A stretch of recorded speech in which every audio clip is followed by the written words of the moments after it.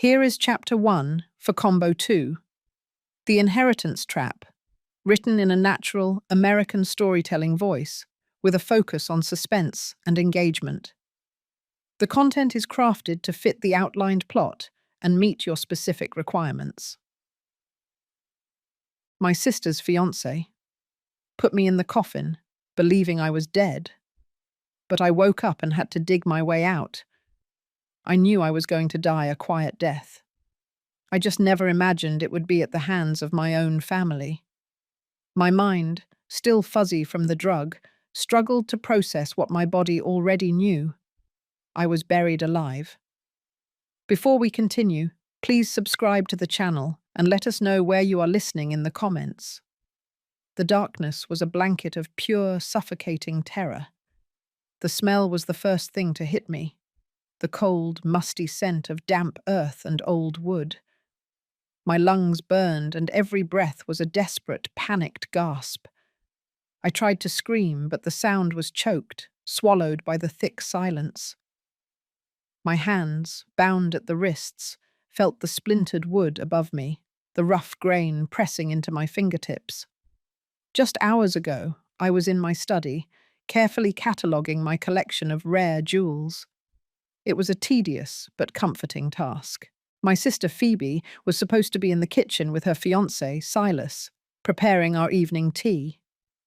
I remember him coming in, a charming smile on his face, offering me a glass of iced tea.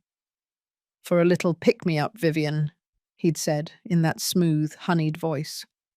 The last thing I saw was his face, twisted in a mask of contempt, as my vision began to blur. I had been so foolish. I'd allowed myself to be lulled into a false sense of security, believing that a man like Silas, with his expensive suits and polished manners, could be trusted. I should have listened to my instincts. The feeling of dread I had been trying to ignore for weeks suddenly made perfect sense. I was now a victim of my own naivete. My heart hammered against my ribs, a frantic drumbeat of pure adrenaline. The air was thin, thick with the scent of pine and dirt. I could hear the muffled thud of a shovel on the other side of the coffin lid. They weren't just burying me. They were burying me while I was still lucid, still aware. The thought was a chilling, horrifying realization. "It's a perfect spot," I heard Phoebe whisper, her voice strangely calm. "No one ever comes to this part of the cemetery." "She won't need that much more," Silas replied, his voice a low growl. "Just a few more feet and she's out of our hair forever." The words felt like a physical blow. The betrayal was so complete, so total, that it hurt more than the splintered wood or the suffocating darkness. My own sister, the one I had taken care of my whole life, was burying me alive. My mind raced, trying to find an answer, a way out of this nightmare. I thought of Caleb, my late husband. He was a man of logic and reason, and I knew he would have a plan.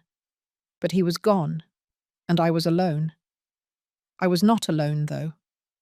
My fingers, still tied, brushed against something hard and cool. It was my mother's jade hairpin, which I had forgotten I was wearing in my hair. I knew that it was my only chance. It was my salvation. I used the hairpin to painstakingly pick the knot on the rope, my fingers trembling with a mixture of fear and determination. The minutes stretched into an eternity as I struggled against the rough rope. The silence was broken only by the sound of my ragged breathing and the thud of dirt. My head began to throb. The air was getting thinner, and I felt the first wave of true panic. The rope finally came loose, and I felt a small, desperate surge of triumph. I was free, but I was still trapped. I used my now free hands to feel around, searching for a weak spot, anything that could help me escape. My hands, moving slowly but deliberately, came across a small metal latch on the side of the wooden coffin. It was a latch that would have been used to secure the lid, and I knew that it was my only chance. I felt the first bit of dirt fall into the small crack, the cold soil a stark and terrifying reminder of my situation. I could hear the muffled voices of my sister and her fiancé, their conversation a symphony of greed and avarice. "Soon, Serafina," I heard Silas say. "Soon all her jewels will be ours." I knew I had to act now. I couldn't just sit here and die. I had to fight.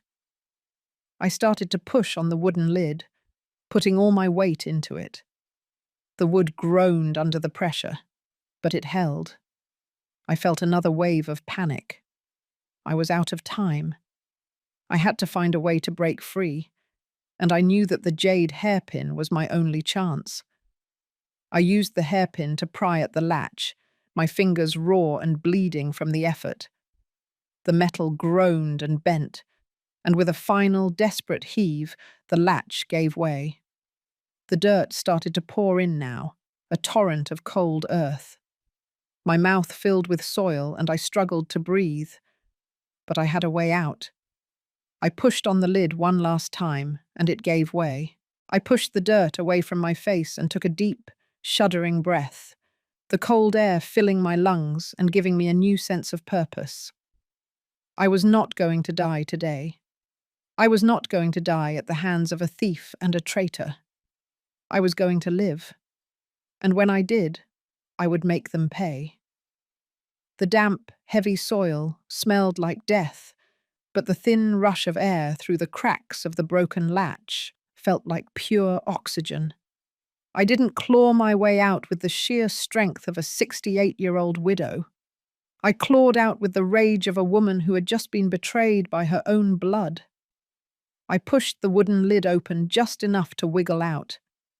The night was pitch black, thick with the humid air of the South Carolina low country. The mud and grime clung to my clothes, turning my silk dress into a sodden, dark shroud.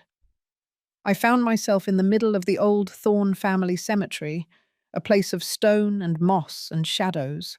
My body was aching, my head throbbing from the drugs, but the adrenaline was a sharp, cold focus. Silas and Phoebe were gone. They must have believed the job was finished, that old Vivian Thorne was finally laid to rest, giving them unrestricted access to my remaining fortune. It was time to face the life I thought I had, the opulent existence that masked a viper's nest. My life was defined by the Thorne estate in Charleston, a stately home older than the state itself, filled with antiques and whispers of history. It was the perfect backdrop for my tragedy. I was the curator of my own gilded cage, surrounded by priceless artifacts that were now the very motive for my murder. The relationship with my younger sister, Phoebe, had always been a delicate, toxic dance. I was the eldest, the one who inherited the family beauty, the family fortune, and the family name when I married Caleb Thorne. Phoebe always saw me as a rival, not a sister. While I collected rare 18th century jewelry, she collected slights, nurturing a deep, silent resentment for decades. I remember one Thanksgiving, a decade ago, when she became visibly ill after I showed off a newly acquired emerald necklace. "You have everything, Vivian," she had muttered, her smile brittle. "You always do." I dismissed it as simple jealousy, but now I knew it was something far more sinister. My wealth was not just in property and bank accounts, which totaled around $8 million in liquid assets. It was centered on my collection. The centerpiece was the heart of the Low Country necklace, a diamond and sapphire piece I had recently appraised at $3 million. That was the prize, the gleaming target that had sealed my fate. Phoebe's introduction of Silas Vance into our lives 3 years ago was the start of the final act. Silas was a master manipulator, a man who saw dollar signs where others saw a 65-year-old widow. He claimed to be a retired investment banker, but I now recognized the calculating emptiness in his eyes. He didn't just want to marry Phoebe. He wanted to marry into the Thorne legacy through any means possible. The pressure began subtly. Silas started by praising my foresight. "Vivian, A smart woman like you must have her affairs in perfect order, he'd coo. Then he'd shift to concern. Phoebe worries about your legal documents. You know, with the estate's complexity, a proper, modernized will is essential. He brought legal documents over, urging me to sign a new directive that would bypass the original trust established by Caleb. He specifically wanted me to sign over control to a newly formed private limited company, supposedly to handle the estate's taxes efficiently. I resisted, instinctively protective of the framework Caleb had created. But the pressure mounted. Just 2 weeks before I was buried, I noticed a change in the house. A valuable 17th century French tapestry, which had hung in the parlour for 50 years, was gone. When I questioned Phoebe, she shrugged with a dismissive wave. "Oh, the cleaners must have taken it for restoration, Vivian. It was looking terribly faded." I knew better. The tapestry was irreplaceable.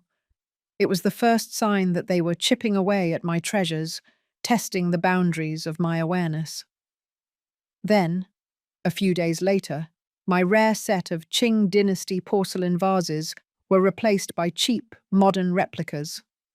I was furious, but Phoebe and Silas were experts at deflection, playing the concerned family members. "You're just tired, Vivian," Silas insisted, his hand resting on my shoulder with sickening false compassion. "Maybe a little vacation would clear your head." The true climax of their greed came when Silas tried to get me to liquidate all my assets and buy a massive insurance policy, with Phoebe as the sole beneficiary. The proposed policy was for $5 million. "It's a gift to Phoebe, Vivian," he'd said, smiling. "A final act of love." The paperwork for that policy arrived just yesterday, and it included an official death certificate template. I stared at that template for a long time, the words, "cause of death, accidental drowning," already typed in. I remember the cold dread that settled in my stomach. Now, lying in the mud, crawling toward the familiar lights of my house, I knew that drowning was simply their backup plan. They chose the coffin and the cemetery instead. They wanted my final resting place to be quick, quiet, and completely unrecoverable. But they failed. They had the motive, they had the means, and they had the complete lack of conscience. What they didn't have was a woman willing to stay dead. I looked at the mud-caked jade hairpin clutched in my hand, then toward the glow of my home. I knew they were inside, probably toasting my supposed demise and dividing my life's work. I was dead to the world, without a bank account, without a name, and without a voice. But I was alive. And as I started to run, slipping and stumbling through the ancient cemetery grounds, all I could think about was the beautiful, painful revenge I was about to serve. The moment I pulled myself free of the grave, the fear didn't vanish. It simply sharpened into a cold, lethal resolve. I was covered in cemetery mud, bleeding slightly from where the rough wood had scraped my skin, but I was alive. And I had a destination, the Thorn Estate. My first act of defiance had to be silent, swift, and utterly undetectable. I ran along the edge of the old highway, using the overgrown kudzu vines and Spanish moss as cover. The lights of my house, usually a comforting beacon, now felt like the watchful eyes of my executioners. When I reached the perimeter of the estate, I slipped through the weak spot in the wrought iron fence near the old oak. I knew this place better than my own name.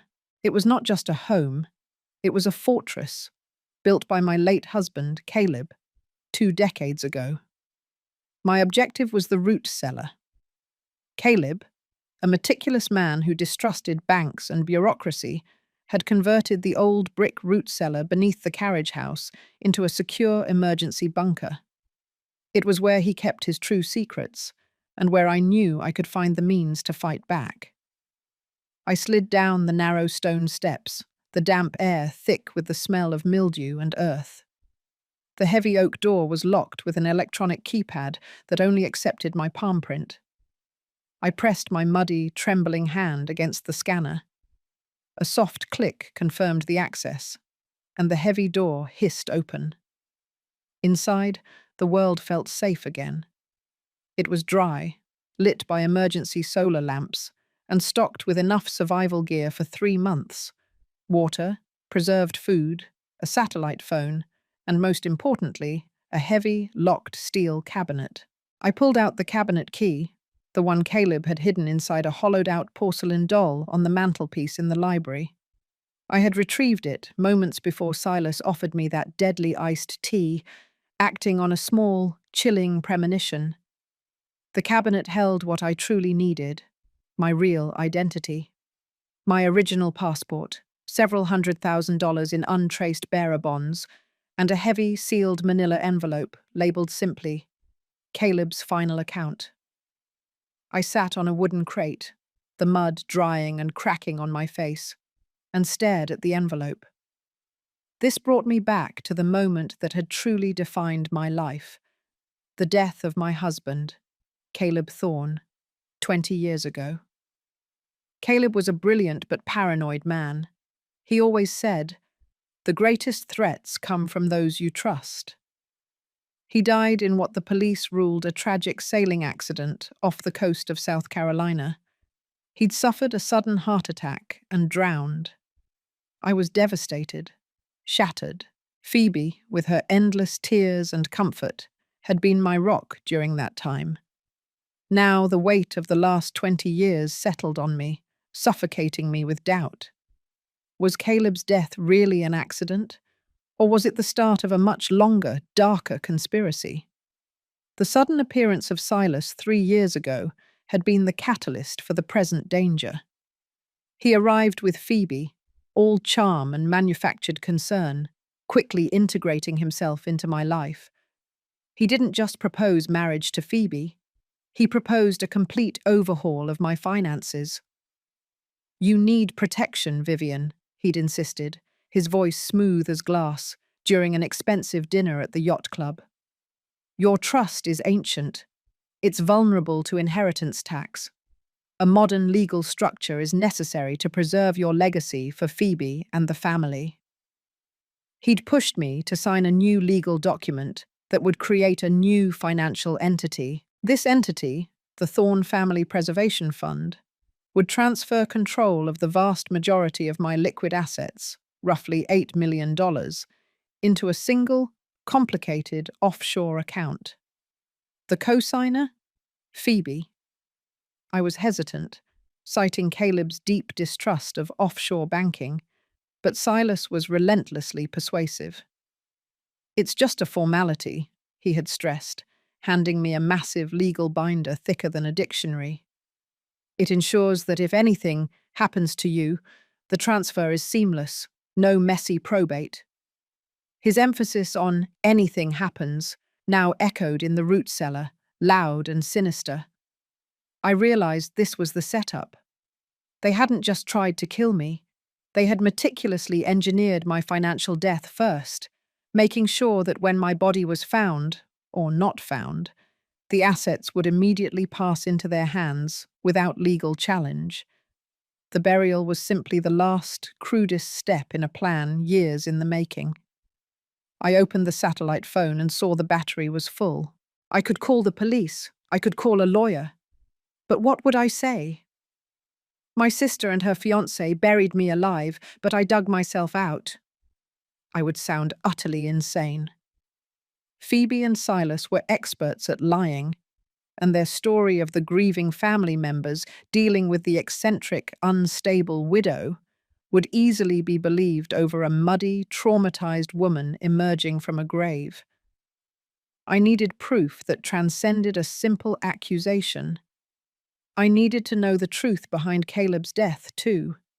I needed to understand the deep root of Phoebe's jealousy and Silas's greed. They wanted to erase my life, but I would turn my death into the ultimate trap. My hand reached for the final, sealed envelope. Caleb's final account. Whatever secrets Caleb had feared to share with me 20 years ago, I was about to find them. The time for grieving was over. The time for cunning, silent, and brutal retaliation had begun. The clock inside the root cellar read 3:15 a.m. The world outside, the world where I was officially dead, was holding its breath. I used the satellite phone to establish a secure, encrypted connection to a retired tech specialist who had worked for Caleb years ago. I only spoke 10 words. I am alive. Access Thorn Fund. Trace transfers. Then I broke the seal on Caleb's final account. The manila envelope contained no grand confession of love, no dramatic farewell. It contained evidence. A series of tightly handwritten, dated entries on faded ledger paper. This wasn't a diary. It was an investigator's log, detailing a financial audit. Caleb hadn't died of a heart attack. He had been quietly, systematically investigating Phoebe for years.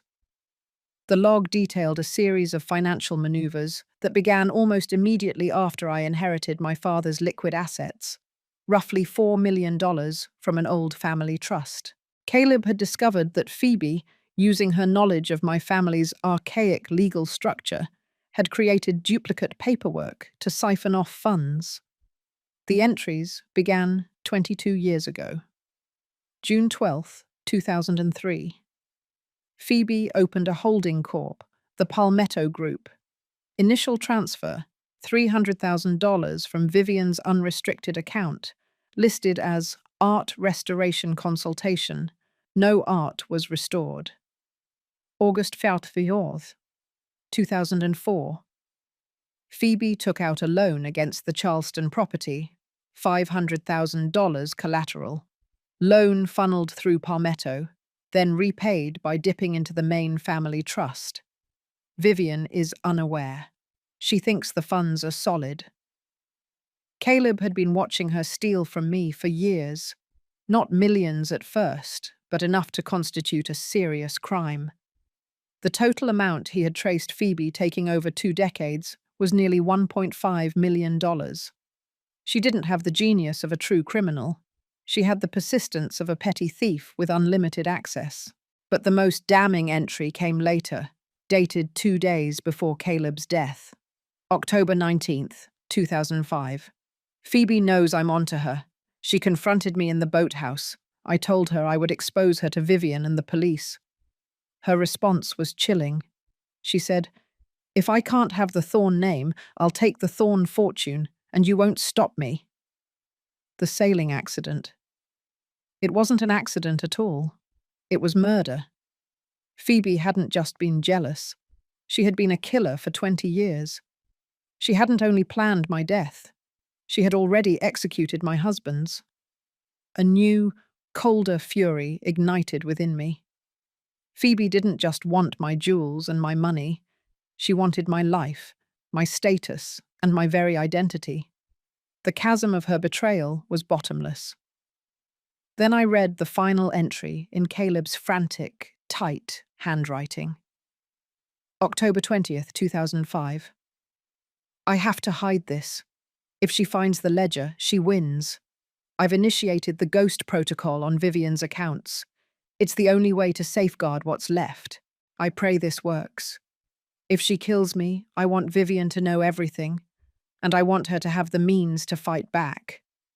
Caleb's ghost protocol was the key. He had anticipated his own murder and found a way to freeze Phoebe's access to the bulk of my wealth. But there was a catch. The ledger explained that the protocol would automatically deactivate the day after my legal death was certified. That was tomorrow. Phoebe and Silas were rushing to certify my death so they could fully access the $8 million in the main account. I had about 18 hours before they locked me out of my own life forever. The realization brought clarity. Calling the police now would be a mistake. They would investigate, certainly, but Phoebe and Silas would deny everything. They would present Silas's legal documents, claiming they were following my wishes as the grieving family. They would claim I was emotionally unstable, and the evidence, Caleb's 20-year-old ledger, might not be enough to counter their polished performance. They needed to be caught in the act. They needed to believe they had won. My plan began to form, sharp and brutal. I would not simply expose them, I would destroy the elaborate reality they had constructed. And to do that, I had to become the ghost they thought I was. I changed out of the muddy clothes and into a black jumpsuit and boots Caleb kept in the bunker. I gathered the essential tools, the satellite phone, a small tactical knife, and most importantly, the digital recorder Caleb had also stashed in the envelope. The recorder contained the only true form of evidence left after 20 years. Caleb's own voice, summarizing the entire ledger, an audible confession of his investigation and his fear. I had to re-enter the main house, the lion's den. I needed to know every move Phoebe and Silas were making. I needed to witness their moment of triumph before snatching it all away. I sealed the ledger and my passport back into the steel cabinet. Then, I quietly locked the root cellar door behind me. I crept toward the main house, moving through the deep shadows of the ancient oak trees. The only light came from the kitchen, where I saw two figures through the window, silhouetted against the bright glow. Phoebe and Silas. They were laughing. They were celebrating my death. And I was coming home. The shadows of the Thorn estate were my old friends. They had always been part of the landscape, but tonight they were my greatest allies. I moved through the overgrown garden like the ghost they thought I was, keeping to the darkest patches beneath the century-old magnolia trees. The rear door, leading into the service pantry, had a latch that Caleb and I had always kept well oiled. It was a secondary entrance, always ignored. I slipped the small tactical knife from my belt and engaged the latch. A soft, metallic click, and I was inside the house. The house was steeped in the scent of expensive bourbon and smug satisfaction. They were still in the kitchen, their voices muffled but clear. I could hear the clink of glasses. My sister and her fiancé were celebrating my funeral before the corpse was even cold. I needed two things before I acted: to plant the recording device and to confirm exactly what priceless assets remained. I crept down the long, narrow hallway that led from the service area to the main living space. Every floorboard groan was amplified in the dead silence. My target was the library. That was where my most treasured asset was kept, the heart of the Low Country necklace, which I had recently appraised at exactly $3,000. It was a family heirloom, passed down through generations, and the jewel they had been fixated on since Silas first laid eyes on it. I reached the library door. It was closed, but not locked. I eased it open just a crack. The room was dark, the only light filtering in from the moon. The mahogany display case where the necklace should have rested was empty. My heart sank, but only for a second. This wasn't a time for emotion. It was time for calculation. The missing necklace meant they had either already fenced it or they were planning to use it in a major transaction very soon. Given their haste to bury me, it was likely the latter. They needed liquid cash fast. I found my second target, the antique radio on the mantelpiece. Caleb had modified the radio's casing years ago, turning the ornate wood into a perfect concealed compartment. I opened the casing and carefully inserted the tiny digital recorder I had taken from the root cellar. I activated the recorder's continuous loop function, ensuring it would capture every word spoken in the library and the adjacent parlor. The most crucial part of my evidence, Caleb's recorded voice detailing the 20-year financial theft and Phoebe's motive for murder, was now primed to capture their live confessions. I needed to gather more context. I crept toward the parlor, hiding behind the velvet drapes that framed the entrance. From there, I had a clear line of sight into the kitchen where they were celebrating. Phoebe looked different. She was wearing my best emerald dress, a garment she had always coveted, and my pearl earrings. She was trying to embody me, to step into my role as the mistress of the Thorn estate. But the look in her eyes, the vulgar delight, ruined the illusion. Silas clinked his glass against hers. "To smooth sailing, darling," he slurred slightly. "And to the dearly departed Vivian, no legal messy loose ends this time." That cemetery was so wonderfully remote. Phoebe giggled, a sound that made my skin crawl. "Finally, the Thorn estate is ours, and I can finally be Vivian without the original always breathing down my neck." This confirmed my deepest fear. Phoebe wasn't just stealing my money, she was stealing my identity. She had been practicing for 3 years, mimicking my style, my mannerisms, perhaps even my signature. Silas pulled out a thick, leather-bound folder. "The final transfer documents. I file the death certificate at 9 a.m. tomorrow, and by noon, the bank confirms the access code change. The $8 million from the main trust are ours. Then we liquidate the rest." "What about the necklace?" Phoebe asked eagerly. "The heart of the Low Country. I want to wear it when we sign the papers."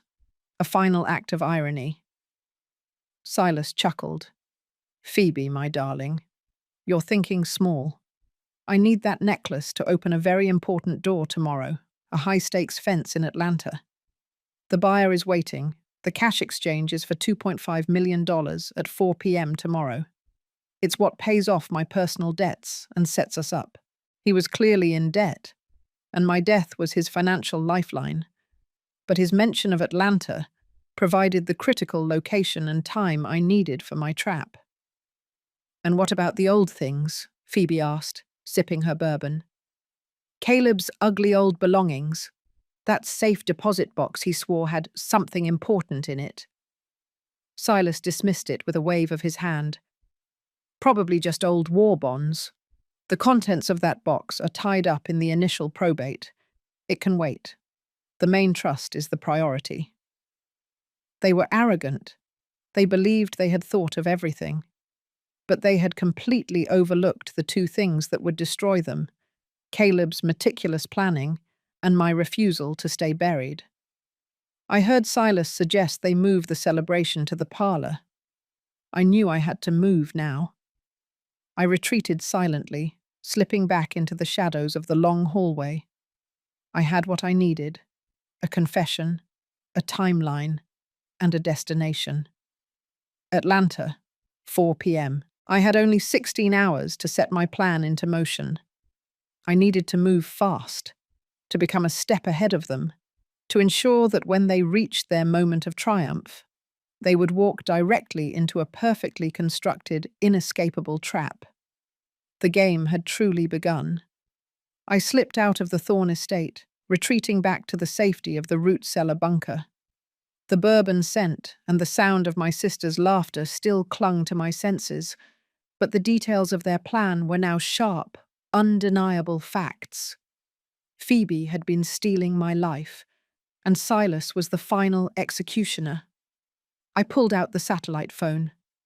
The time for caution was over. I couldn't risk relying on the Charleston Police Department. The case was too complex, the culprits too familiar. I needed an outside force, something with the reach and resources to catch them in the act of both financial fraud and grand theft. I dialed a number I hadn't used in 20 years, an old contact of Caleb's. He was a man who specialized in retrieving stolen historical artifacts and knew the dark underbelly of the high-stakes auction world: Agent Harris.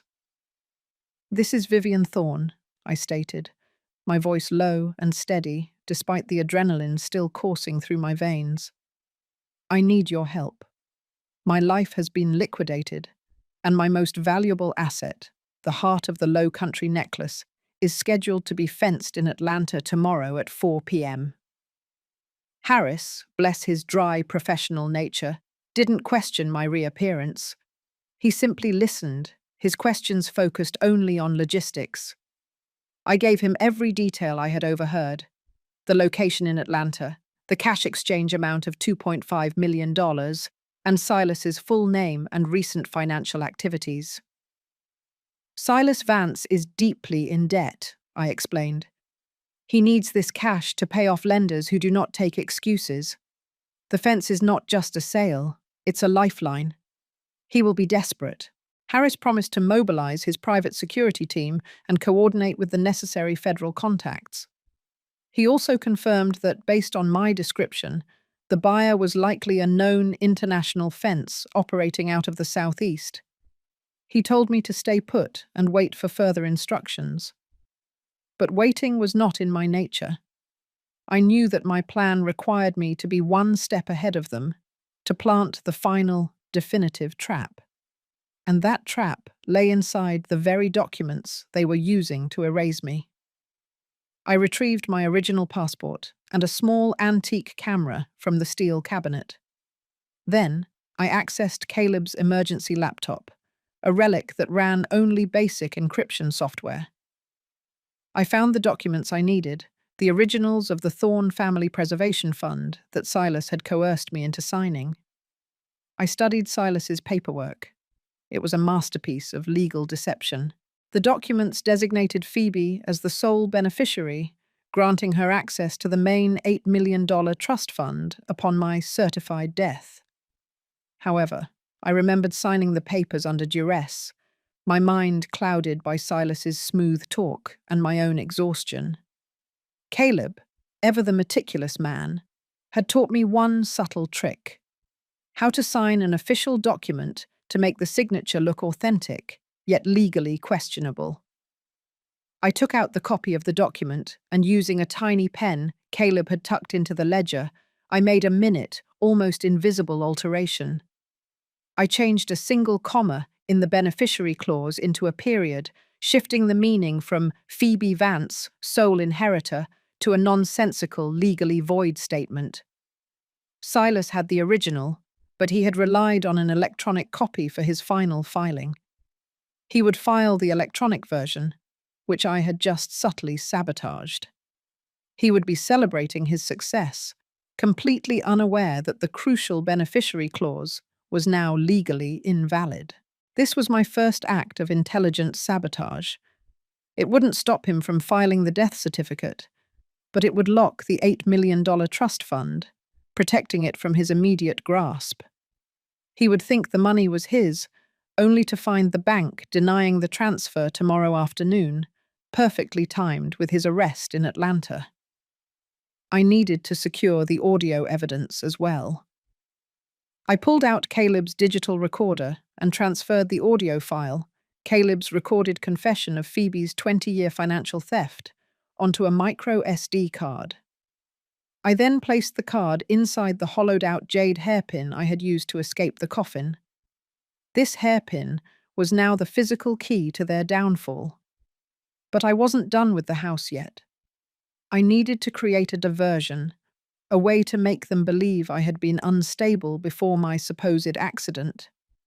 This was about controlling the narrative, ensuring that if any local authority investigated my sudden demise, they would focus on the wrong lead. I crept back into the house, heading straight for the medicine cabinet in the master bathroom.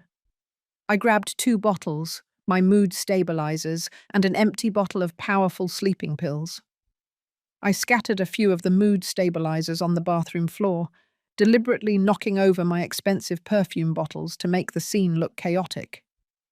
Then, I crushed the remaining sleeping pills and sprinkled the powder into the wine decanter sitting on the living room table. I also left the empty sleeping pill bottle conspicuously on the bathroom counter. The narrative I was creating was clear. Vivian Thorne, eccentric and emotionally unstable, consumed a fatal overdose of sleeping pills and stumbled out of the house into the night. It explained my death without any messy questions about a coffin or a remote burial site. It was an elegant suicide narrative that Phoebe and Silas would unknowingly propagate. I quickly checked the library. The recorder was still working, silently gathering evidence. Silas and Phoebe had moved to the parlor, still celebrating. I caught a snippet of their conversation. Tomorrow will be the greatest day of our lives, Phoebe, Silas boasted.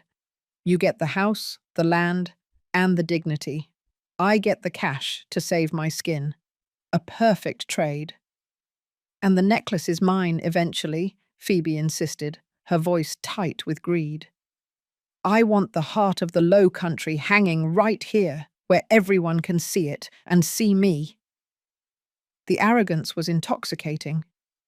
They were so focused on the $8 million trust and the necklace that they were blind to the smaller, more dangerous details. They were blind to the tiny legal change, the planted pills, and the hidden recorder. They were blind to the fact that their victim was now walking among them. I slipped out of the house once more, moving with renewed purpose. I was no longer a victim fleeing a grave. I was an architect, building a prison for my betrayers. The first phase of my revenge was complete. Now, I had to ensure my final confrontation in Atlanta was timed to perfection. The jade hairpin, with its secret evidence, would be the final piece of the puzzle. I used the satellite phone again, this time to arrange transportation. I couldn't risk renting a car or taking a commercial flight. I was officially a missing person who was likely dead, and surveillance cameras were not my friend. Harris, my contact, arranged for a discreet, private charter plane to take me from a small private airstrip near Charleston to Atlanta. The flight was scheduled for 7:00 a.m. I would be in Atlanta by 9:30 a.m., giving me 6.5 hours to execute the next phase of my plan before Silas's 4 p.m. exchange. The hours I spent in the bunker were dedicated to meticulous preparation. I used the time to carefully listen to the audio recording Caleb had made. It was dated the morning of his death, 20 years ago. Caleb's voice was strained but resolute. If you are hearing this, Vivian, I have failed. Phoebe knows I was going to expose her. She has been stealing from you for 2 decades, covering it up with fake corporate filings and clever accounting tricks. He detailed the entire financial conspiracy, naming the Palmetto Group as her shadow company and explicitly stating the $1.5 million she had stolen over time. Then, his voice dropped, heavy with resignation. But the theft is secondary. The worst of it is the motive. She is driven by a consuming, narcissistic jealousy. She didn't just want your money. She wanted to be you. The sailing trip tomorrow. It's not an accident. I know it. And I suspect she's already involved a man, a professional asset, to ensure my silence. I'm leaving this ledger and this tape as the only undeniable truth. The realization that Phoebe had been a cold-blooded killer for 20 years, and that Silas was just her latest partner in crime, made the betrayal absolute. The twist of the past was complete. It wasn't just my life they were after. They were finishing the murder that had started with Caleb 2 decades earlier. I used Caleb's old laptop to confirm a critical detail about the $5 million life insurance policy he had taken out shortly before his death. The policy, due to a quirk in the legal wording, stated that the funds would only be released to the beneficiary if the insured was deemed to have died by natural causes or accident not related to foul play. Phoebe had successfully claimed it as an accidental death. If my evidence proved Caleb was murdered, the insurance company would be forced to claw back the $5 million from Phoebe's accounts. That was the first domino. My mind shifted to the present. My survival was based on 2 factors: the fact that Silas and Phoebe believed I was dead, and the fact that I had not yet revealed my existence to the authorities. I needed to maintain the narrative of the dead, unstable widow, while simultaneously tracking their every move. At 7:00 a.m., the small private jet took off from the dimly lit Charleston airstrip. I had secured a burner phone and changed into business attire I found in the bunker, a simple black suit that made me look like an anonymous financial consultant. I was no longer Vivian Thorne, socialite. I was an operator. I reached out to Agent Harris again during the flight. He had successfully coordinated with a specialized unit of the Federal Bureau, focusing on major art theft and white-collar crime. Silas Vance is en route to Atlanta, Harris confirmed over the secure line. He's driving a black sedan. Phoebe is following in a separate vehicle. We believe she will join him for the final transfer. Agent Harris, the exchange is not the primary target, I instructed, my voice sharp. I need you to intercept them at the bank before the exchange. Silas is planning to file the final papers for the Thorne Family Preservation Fund at approximately 10:30 a.m. That transfer must be legally challenged before noon. Harris sounded hesitant. Vivian, we need a clean arrest at the exchange point with the physical evidence, the necklace. Challenging the bank transfer without official notification of your survival is risky. The money is protected for now, I countered, but I need to buy time and create chaos. At 10:30 a.m., an encrypted message will be sent to the Thorne Fund's private banker. The message will contain a coded security phrase, "Only I know." It will cite the clause regarding unvalidated beneficiary details. This will flag the transfer as legally void, freezing the $8 million trust. It will be a small, precise blow that will terrify them. This was the core of my plan of intelligent sabotage. I would hit them in the one place they were most confident, their access to the money. I created the encrypted message on Caleb's laptop. The security phrase was simple. The jade hairpin is the only witness. It was a phrase that sounded eccentric, fitting the narrative of the unstable widow, but it was also a direct reference to the object that saved my life and now held the micro SD card. The flight was smooth, but the tension was immense.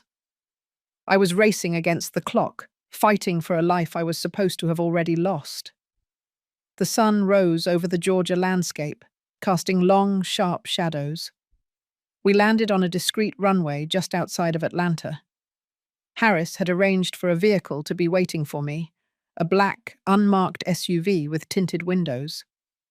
I was now on the ground, in the enemy's territory, with less than an hour before Silas would attempt to claim his prize. I drove toward the financial district, watching the clock tick down to the moment Silas would walk into the bank, a triumphant expression on his face, believing he was about to become a millionaire. He was about to find out that the dead don't always stay buried, and sometimes the only way to seek justice is to become the ghost that haunts the living. My confrontation was imminent, and I knew I had to be close enough to witness the moment their confidence shattered. This was no longer about survival. It was about the perfect, public unraveling of their 20-year lie. The financial district in Atlanta was a maze of chrome and glass, a stark contrast to the mossy, slow-moving decay of Charleston. I sat in the black SUV parked strategically across the street from the National Bank building that housed the Thorne Family Preservation Fund. The clock on my dashboard read 10:25 a.m. Silas was late, but I knew he wouldn't miss this appointment for anything. This was his salvation. At 10:28 a.m., a sleek black sedan pulled up to the curb. Silas stepped out, impeccably dressed in a tailored grey suit, a massive leather briefcase clutched in his hand. He looked like the picture of success, a grieving fiancé ready to take over the family legacy. He was smiling faintly, a private, satisfied smirk that made my fingers clench on the steering wheel. He walked into the bank, oblivious to the fact that his victory was about to be snatched away. My focus shifted to the laptop on the passenger seat. I connected to the secure network and waited until the clock hit exactly 10:30 a.m. At 10:30 a.m., I initiated the small, precise act of sabotage. The encrypted message, containing the legally voided beneficiary clause and the coded security phrase, "The jade hairpin is the only witness," was sent directly to the Thorne Fund's private banker. It was a digital ghost, a whisper from the grave, challenging the validity of the transfer documents he was about to submit. I watched the bank entrance, waiting for the ripple effect. It took exactly 6 minutes. At 10:36 a.m., Silas burst out of the bank doors. The cool, confident facade was completely gone. His face was flushed, his jaw tight, and his eyes darted around the street, frantic and confused. He didn't look like a grieving fiancé. He looked like a man who had just been robbed. He yanked open the car door and slammed inside, grabbing his burner phone. I could hear his muffled voice, thick with panic, even through the soundproof glass of my SUV. "It's frozen, Phoebe. The money is frozen. They flagged the transfer documents. Something about a coded clause and an unvalidated beneficiary." He gripped the steering wheel, his knuckles white. "They're citing some insane reason, a security protocol only Vivian knew." I smiled faintly. Caleb's ghost protocol had worked perfectly. Silas had successfully filed the paperwork for the $8 million trust fund, but my tiny legal alteration, coupled with the security phrase, had triggered an immediate lock. He had transferred nothing but the liability. Phoebe's voice screamed back through the phone, high-pitched and hysterical. "What do you mean, frozen? You told me you checked the documents. You idiot! We buried her. The money is supposed to be ours," Silas roared, slamming his hand against the steering wheel. "It doesn't matter. We have to move. They said the transfer is under review for 24 hours. We have to get the necklace now. The fence will give us the cash. $2.5 million is enough to pay off the immediate threats. We deal with the trust later." His focus immediately shifted to the only liquid asset they could quickly exploit. This was the moment I had been waiting for. The financial chaos had eliminated their option to retreat. They were now committed to the art fence. They had no choice but to walk straight into Agent Harris's trap. I pulled the SUV away from the curb, merging silently into the traffic behind Silas. I kept a careful 4-car distance, my eyes focused only on his black sedan. Suddenly, Silas swerved sharply into a side street. I followed cautiously.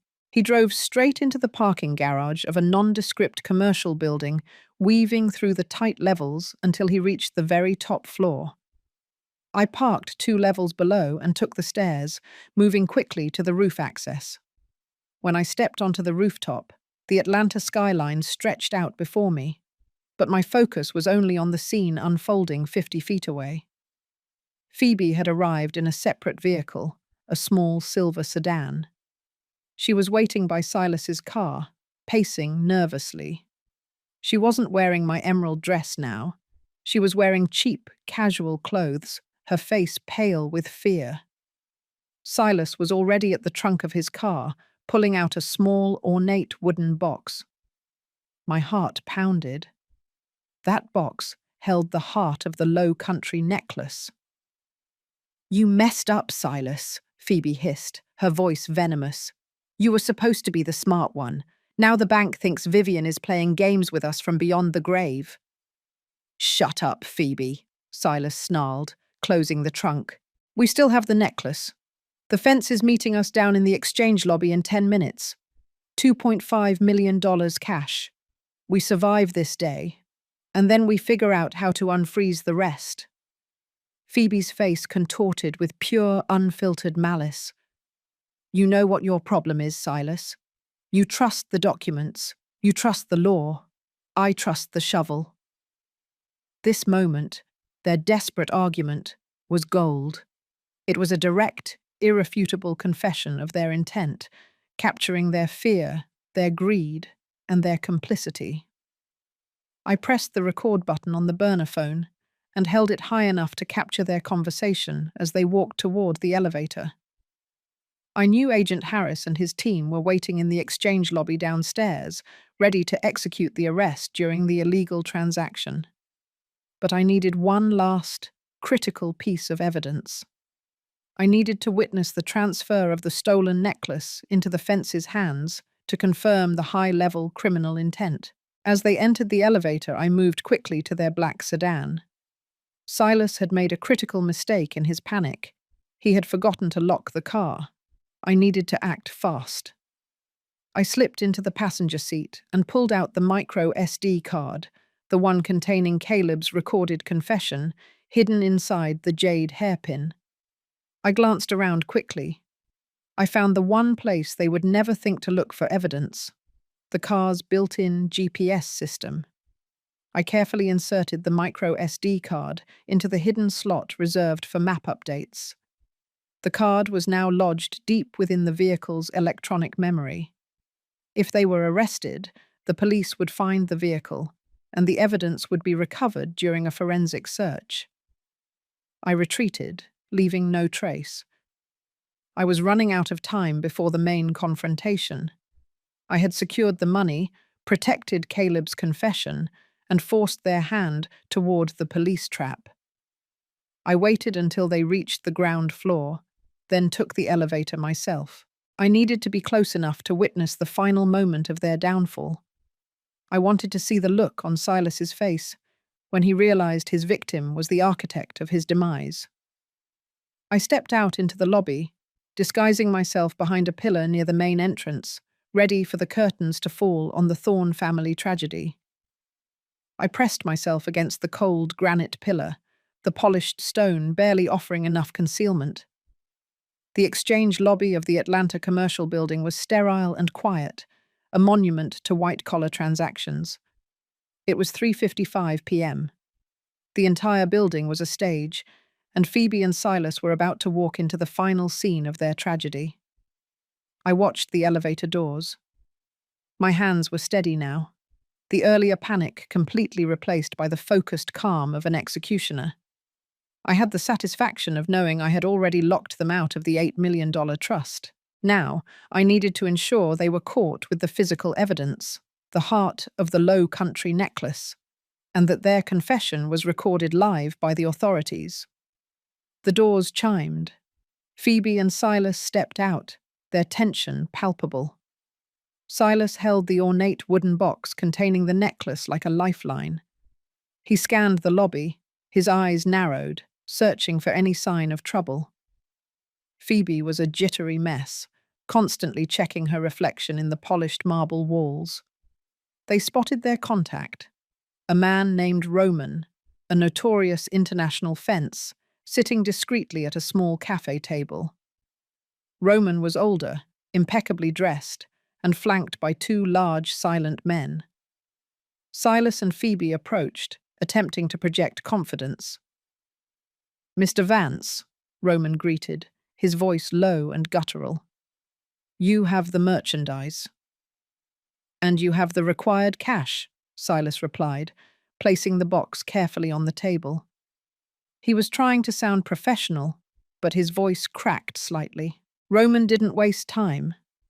One of his bodyguards opened the briefcase, revealing thick banded stacks of crisp $100 bills. The total amount of $2.5 million sat gleaming under the lobby lights. The other bodyguard opened the ornate box. The sight of my necklace, the stunning sapphires and diamonds, being handled by a criminal, sent a sharp pang through me. It was the ultimate violation. Roman leaned in, using a jeweler's loupe to inspect the central stone. Magnificent, untraceable history. A fine piece, Silas. And the owner, the late Vivian Thorne, she is indisposed, yes? Phoebe burst in, unable to contain herself. "She's dead. She's gone. It was a tragic accident involving a large quantity of sleeping pills. A suicide. We are the sole inheritors."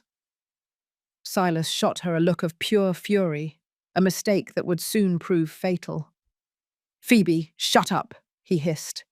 "We are only here to complete the transaction." Suddenly, Agent Harris, whom I recognized from Caleb's old photographs, stepped out from behind the reception desk.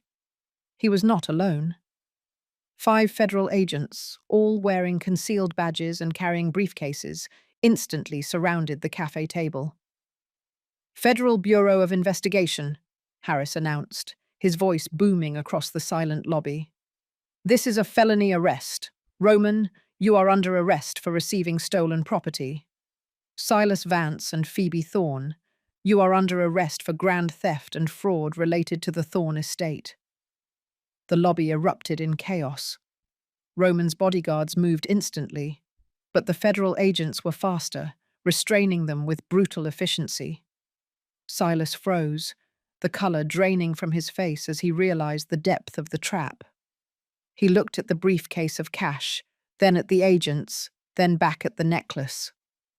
"This is insane," Silas yelled, his voice desperate. "This necklace belongs to my fiancée, Phoebe Thorne. We are the victims here. The funds are ours. You have no proof this is stolen." Phoebe, in a panic, grabbed the ornate box, trying to shove it into a shopping bag. "You have the wrong people. My sister Vivian, she was unstable. She destroyed everything. She probably gave it away." Agent Harris simply smiled, a cold, hard look of professionalism on his face. He held up a small, sealed bag containing a copy of the legal document.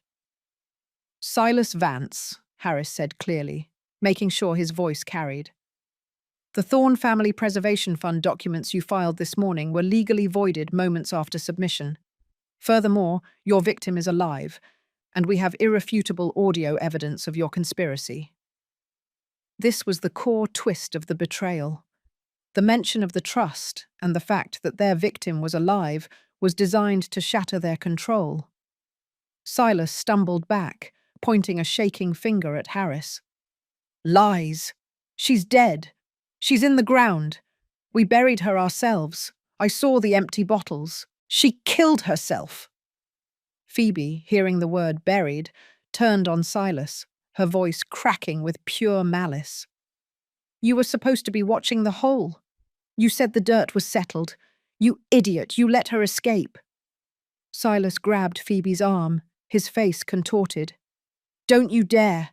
You were the one who pushed for the immediate burial. You were the one who poisoned Caleb 20 years ago and blamed it on a heart attack. I was just cleaning up your 20-year-old mess." The words hung in the air, a shocking public confession of two murders, one executed, one attempted. The lobby was dead silent.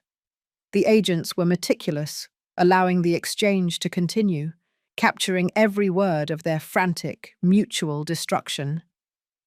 "And you were supposed to get rid of that ugly jade hairpin," Silas spat, pointing at Phoebe. "The one she used to sign the last document. It was evidence." Phoebe lunged at him, tearing at his suit. "You are going down for everything, Silas. I'm going to tell them you planned Caleb's death. You needed the insurance money for your gambling debts back then, too." The agents moved in swiftly, restraining both of them. Harris approached the table, picking up the necklace. He looked directly at the crowd that had gathered, then over to my pillar. Our eyes met. He gave a brief, subtle nod. The message was clear. "The job is done. Your evidence worked. I knew I couldn't reveal myself yet."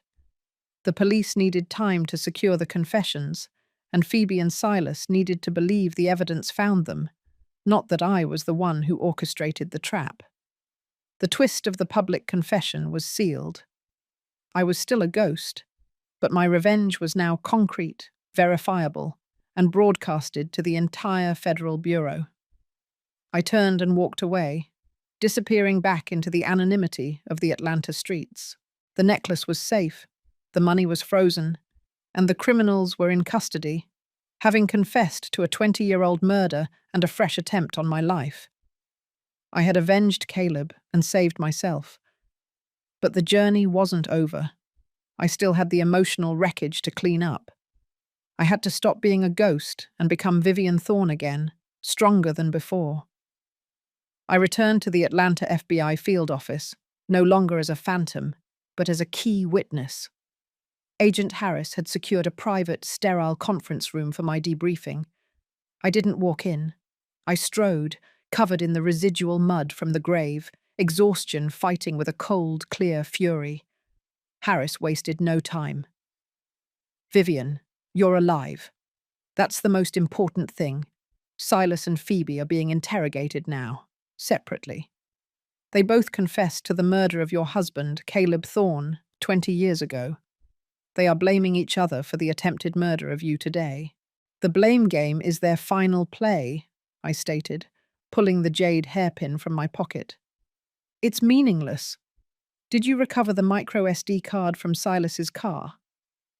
Harris nodded, holding up the tiny chip in a clear evidence bag.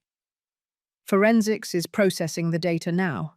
We have their confessions, the physical evidence of the attempted murder, the freshly dug grave in Charleston, and the heart of the Low Country necklace. But this chip is the missing link to the historical fraud and Caleb's murder. We need your testimony linking this chip to the audio recording. I spent the next 3 hours, my voice hoarse and raw, dictating the entire timeline. I detailed the 2-decade-long financial abuse, Caleb's investigation, his $1.5 million tracing of Phoebe's thefts, and his ultimate death. I explained the ghost protocol, the tiny legal change I made, and how it saved the $8 million trust fund from their grasp. The most critical moment was the presentation of Caleb's recorded voice. The forensics team played the audio for Harris and the lead prosecutor, a grim-faced woman named Ms. Jennings. Caleb's voice, 20 years younger, filled the room, clearly detailing Phoebe's jealousy and her plan to eliminate him for the life insurance money. Ms. Jennings looked at me, her eyes widening. Phoebe Thorne claimed the $5 million life insurance policy as an accidental death. With this evidence, not only is she charged with murder, but we can initiate proceedings to recover the entire life insurance payout, plus interest, for bank fraud. This is beyond grand theft. This is a 20-year enterprise. The scale of the conspiracy was staggering. It wasn't just about the money. It was about the profound, narcissistic entitlement that allowed Phoebe to steal my husband, my assets, and my identity for 2 decades. Now the final piece, I said, my voice heavy. The trap was sprung, but the trap for me is still active. I explained the narrative I had created back at the house, the scattered mood stabilizers, the empty sleeping pill bottle, and the decanter spiked with sedatives. They believe I committed suicide, I explained. When they were arrested, they confirmed this belief. They will use this to argue my testimony is unreliable, the ravings of an unstable woman. Ms. Jennings smiled, a predatory, professional smile. They gave us the perfect counter-narrative. The toxicology reports from your arrest scene, which will show no lethal drugs in your system, coupled with the staged suicide scene at the house, will prove premeditation on their part. They were covering their tracks, setting up the scene after they buried you. That turns their defense into another charge of obstruction. My plan had worked better than I had hoped. The chaos I had created was not a liability. It was the final, ingenious piece of evidence. Later that evening, Agent Harris and I were alone. He brought me a fresh change of clothes and a meal. I was still physically battered, but the relief was immense. They are both being held without bail, Harris informed me. They are blaming the other for everything, especially the idea to get rid of the jade hairpin, which they now realize held the evidence. I looked at my hands, remembering the splinters and the mud. They were so fixated on my wealth, they forgot the true value of my life.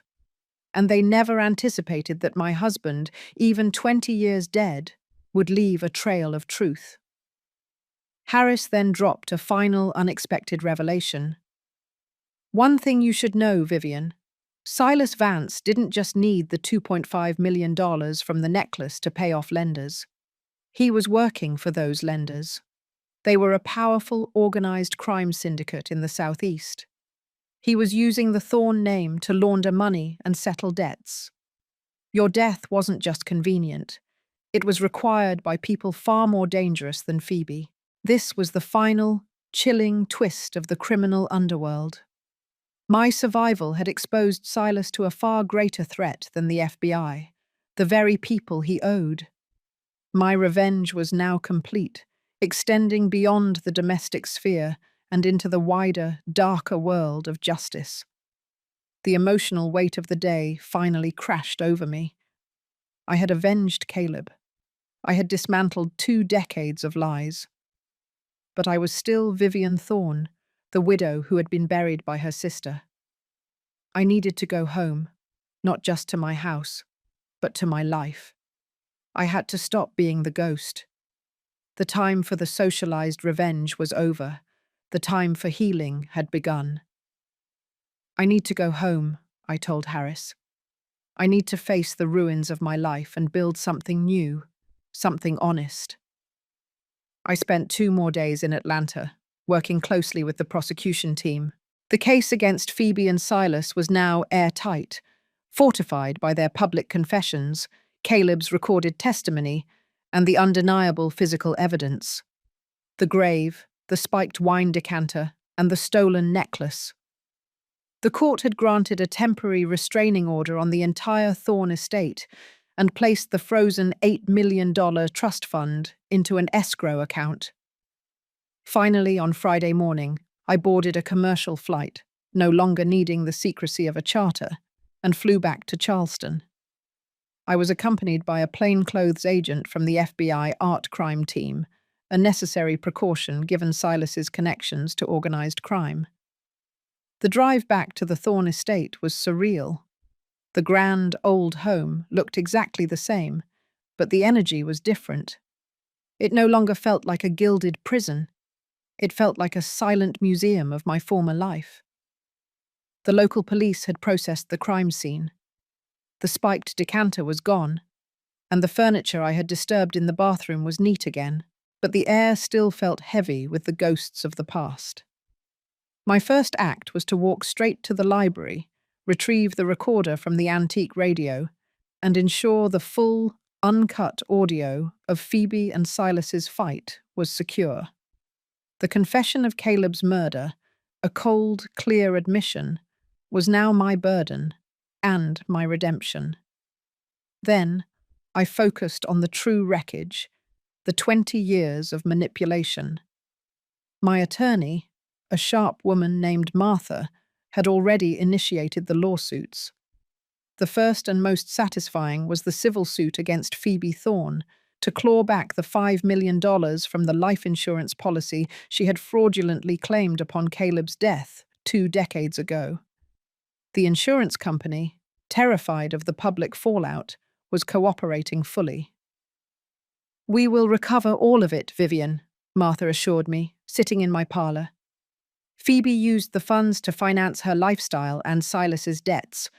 We can trace every penny. The fact that she murdered Caleb makes the clawback a certainty, and the revelation that my life insurance money had been financing my sister's extravagant jealousy for 20 years was a bitter pill to swallow. But now it was leverage. The next suit targeted the $1.5 million Phoebe had slowly stolen through the Palmetto Group. Martha confirmed that Caleb's meticulous ledger was the roadmap. The records provided irrefutable proof of her sustained, decades-long financial abuse. "She didn't just steal from you. She stole your peace of mind," Martha said. "She made you doubt your financial security for years." The public reaction was swift and overwhelming. The media had a field day with the story. The widow who dug her way to justice. 20 years of lies, sister charged with double murder. I became a national symbol of resilience, a position I found profoundly unsettling.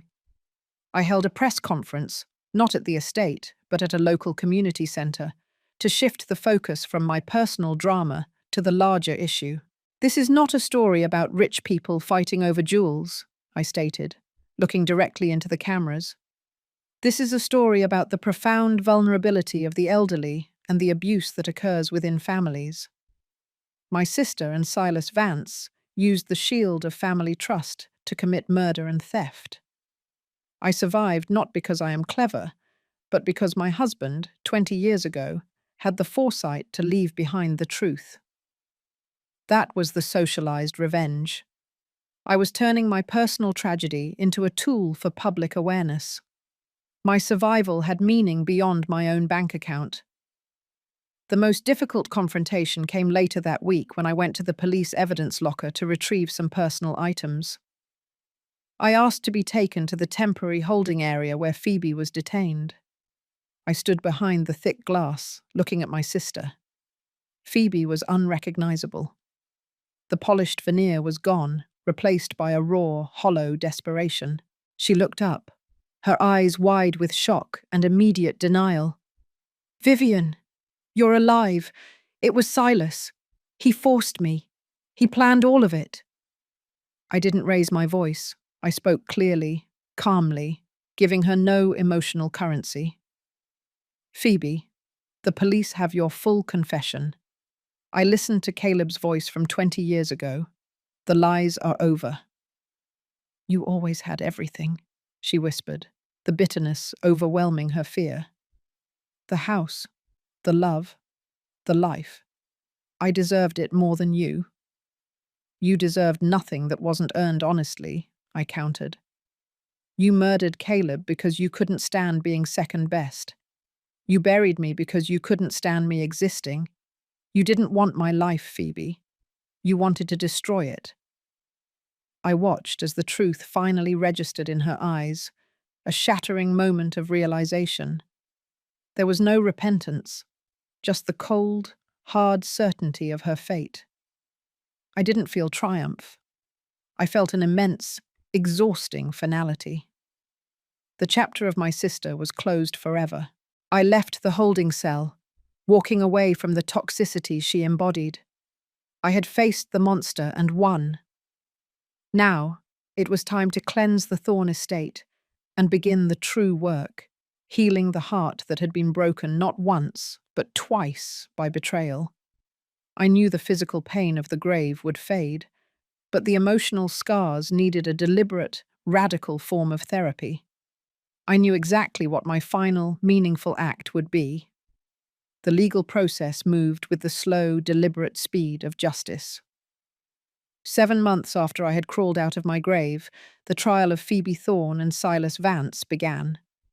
It was a media circus, but I stayed grounded, shielded by Martha, my attorney, and the undeniable truth of the evidence. Silas and Phoebe were convicted of first-degree murder for Caleb's death, attempted murder for the burial, and multiple counts of grand theft and fraud.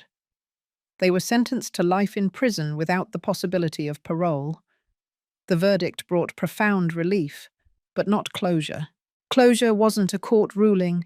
It was something I had to build within the walls of my own home. My final defining act was the work of healing and forgiveness.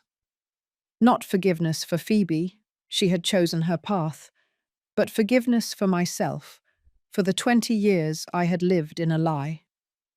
I started by tackling the financial wreckage. Martha successfully recovered the $5 million life insurance payout from Phoebe, plus interest. This massive influx of capital, combined with the successful defense of the $8 million trust fund and the recovery of the Heart of the Low Country necklace, restored the Thorne estate to stability.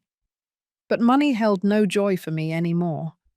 I needed to give the wealth a new purpose, a moral center that Phoebe's greed had stripped away.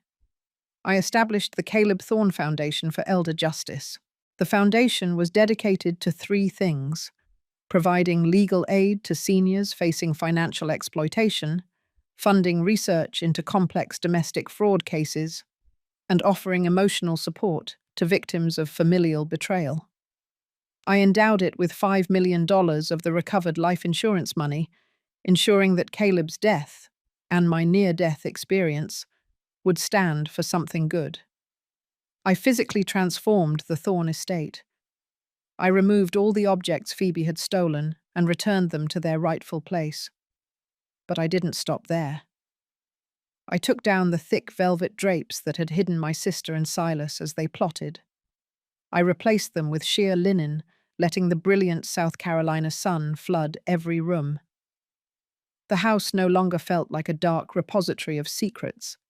It felt airy, bright, and honest. The library, once the center of Caleb's fearful investigation, became my sanctuary. I had the antique radio, which held the digital recorder, encased in glass. It was a monument to the power of truth, a reminder that the dead can still speak. One day, Martha brought me a small, sealed box from the court. It contained Phoebe's personal effects, retrieved from the prison facility. Inside, I found a faded photograph from our childhood. Phoebe and I, maybe 10 and 12, sitting on the porch swing, smiling together. We were just two sisters, before the jealousy, before the murder. I sat with that photograph for a long time. I knew that the Phoebe who had planned my burial was a monster born of pathological envy, but I had to acknowledge the younger Phoebe, the girl I had loved. I realized that my victory wasn't complete until I had dealt with the trauma of the familial tie. Justice had been served, now came the forgiveness of self. I forgave myself for not seeing the truth sooner, for believing the lies, and for trusting my sister. Caleb's ledger and tape had been his gift to me, the truth, so I would never have to doubt myself again. I wrote a letter to Phoebe. I didn't send it to the prison. I sent it to Martha, asking her to place it in the sealed court records. It wasn't a letter of reconciliation, but a letter of finality, of release. I wrote, "Phoebe, you buried me to end my life. I dug my way out to end yours, the one you built on lies. I am no longer your victim, nor your rival. I have taken the life you tried to steal and turned it into a mission of justice. You no longer have any power over me, and I release you to your fate." That was the twist of human healing. I chose peace over perpetual hatred. A year later, the Thorn Foundation was thriving. I spent my days counseling victims and guiding the foundation's work. I wore the Heart of the Low Country necklace only once, for the foundation's inaugural gala. It was no longer a symbol of wealth, but a beacon of my survival. I often walked in the old cemetery where I had nearly died. I stood by the spot where the earth had been disturbed, no longer seeing a grave, but seeing the place where I was reborn.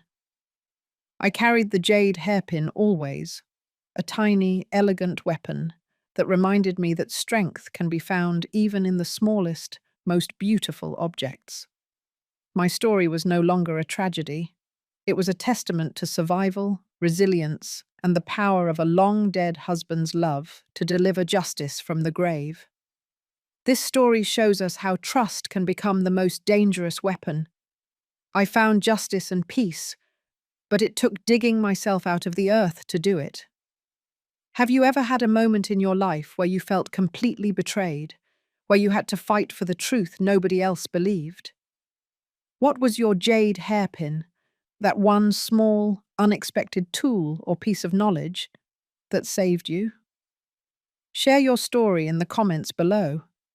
We read every single one, and your resilience might just inspire someone else who is still fighting their way out of the darkness.